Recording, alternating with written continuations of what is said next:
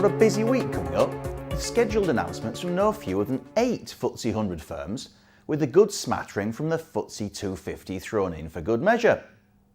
Among some of the more high-profile names, you might like to watch out for the following. A first quarter trading update from Marks & Spencer on Tuesday the 11th of July. Trading statements from house builder Barratt Developments and luxury goods firm Burberry on the 12th, which will also see first quarter results from software firm Micro Focus.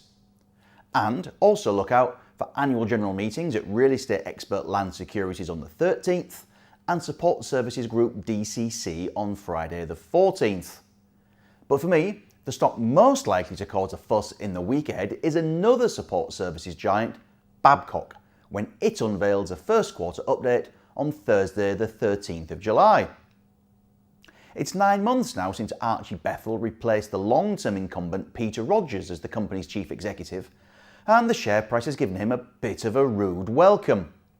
As we can see here, Babcock shares have fallen by 17% so far during his tenure, and their near 8% drop in the first 6 months of this calendar year mean they're the 19th worst performer in the FTSE 100 year to date.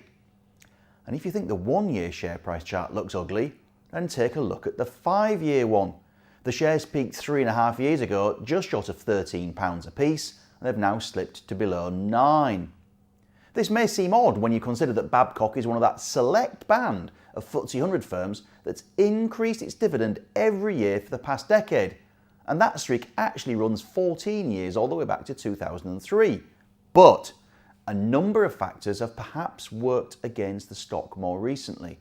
First, outsourcing firms have been increasingly out of favour for some time, especially those where the UK government's a key customer.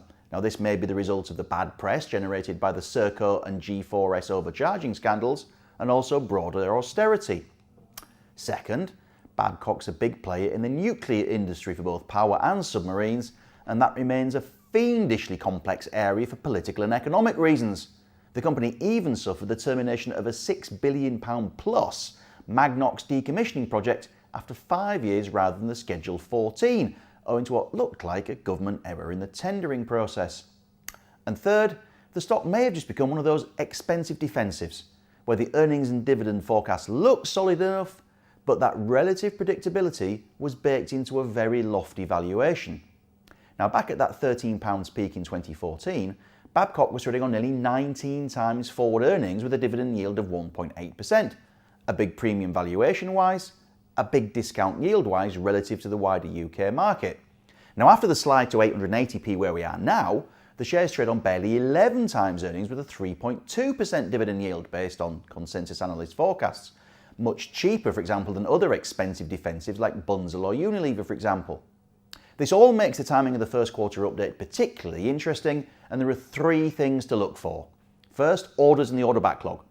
Babcock ended last year with an order book of £19 billion, enough to cover this year's sales by 3 quarters and next year's by over half.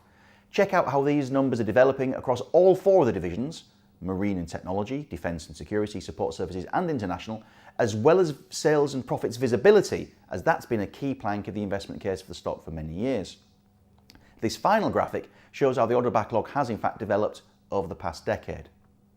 The second thing to watch is cash flow. Boss Archie Bethell has said that capital investment will be just 1.3 times depreciation this year. That should boost cash flow and the company's ability to keep its dividend growth streak intact. And the third and final thing to note is net debt. Babcock ended last year with a net debt of £1.1 billion, and stronger cash flow should help here.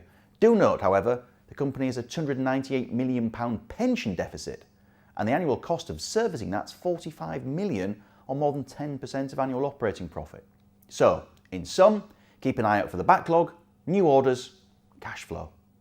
Thank you for watching, and I look forward to seeing you next time.